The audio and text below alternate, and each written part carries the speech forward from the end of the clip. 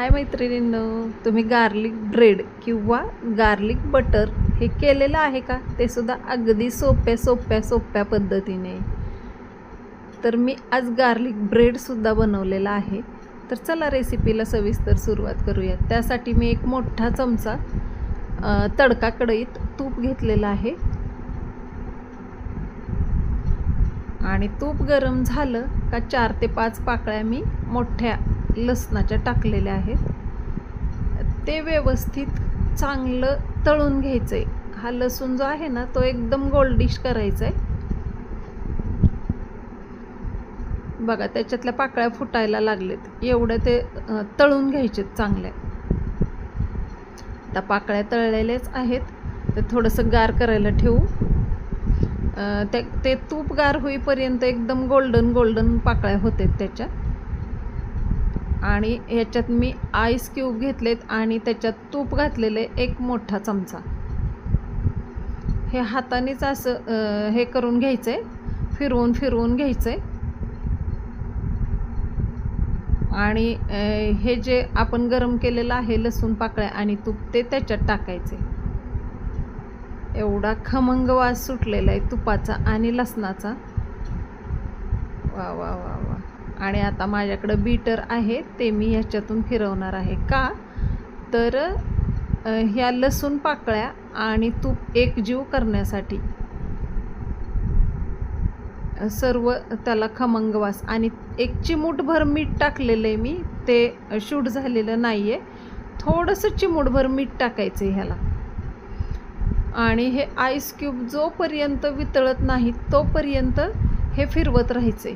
जर तुम्ही चमच्याने किंवा दुसऱ्या कशाने फिरवत असाल तरीसुद्धा हीच प्रोसेस करायची आहे की आईस क्यूब जे आहेत ना ते वितळत नाही तोपर्यंत ह्याला एकजीव करत राहायचे.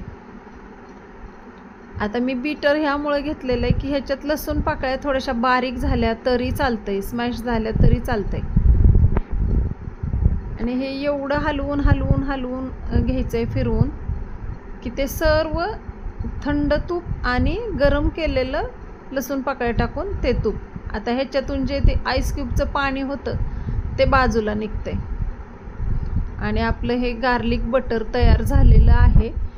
तुम्ही बघू शकता एकदम एकजीव झालेलं आहे. आता मी हे स्टोअर करण्यासाठी एका श्रीखंडाच्या डब्यात काढणार आहे. एकदम स्मूथली झालेलं आहे हे बटर, गार्लिक बटर. तुम्ही हवं तर प्लेनसुद्धा करू शकताय, पण गार्लिक बटरची टेस्ट जी असते ना ती एकच नंबर. आणि आपण विकत आणायला गेलो तर ते कितीतरी महागडं असतं आणि घरी करायला ते परवडेबल आहे. बघू शकताय तुम्ही किती गार्लिक बटर झालेलं आहे. वास एवढा खमंग सुटलेला आहे, त्याचं पाणी खाली नितळून येतंय. हे तुम्ही असंच फ्रीजमध्ये ठेवू शकता,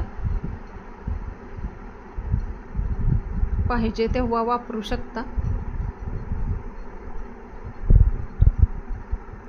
खूप छान झालेलं आहे हे गार्लिक बटर.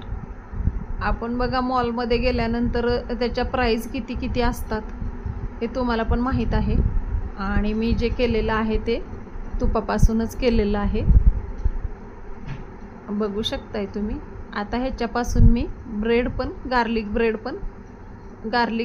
बटर ब्रेड पण करणार आहे.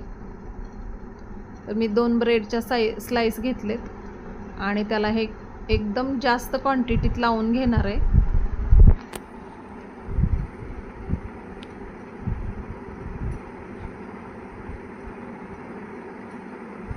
पॅनमध्ये पण थोडंसं टाकलेलं आहे, त्याच्यात थोडंसं पाणी असतं त्यामुळं त्याचे ते धूर होतं आहे थोडासा, पण तीसुद्धा टेस्ट एकदम छान लागते. आता मी 2 स्लाइसला गार्लिक बटर लावून घेतलेले. थोडीशी गार्निशिंगसाठी त्याच्यावरती कोथिंबीर टाकणार आहे, बारीक चिरलेली. आणि आता मी याच्यावरती चिली फ्लेक्स टाकणार आहे, जो की मी पिझ्झा ऑर्डर केलेला त्याच्याबरोबर ते आलेले, ते तसेच राहिलेले, ते पण टाकून घेतले. आणि चीज टाकलेले, थोडंसं चीजच्या स्लाइस होत्या ते पण टाकलेलं आहे. आणि ह्याला आता अजून वरून थोडंसं मी चिली फ्लेक्स टाकले आणि 2 मिनिटांसाठी झाकून ठेवायचे मंद गॅसवरती. आणि हे आपलं झालेलं बटर, गार्लिक बटर. आणि आता हे झालेलं सुद्धा आहे, त्याच्यावरती मी मेयोनीज टाकले आणि खाऊन बघितलेले. तर तुम्ही कधी करून बघणार आहात? तुम्ही सुद्धा रेसिपी आवडलेली असेल तर लाईक करा, शेअर करा. चॅनलवर नवीन असाल तर सबस्क्राईब करा. आणि हो, गार्लिक बटर ब्रेडची रेसिपी तुम्हाला कशी वाटली हे सुद्धा मला कमेंटमध्ये सांगा.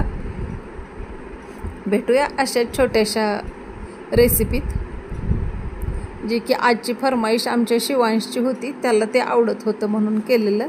तोपर्यंत धन्यवाद.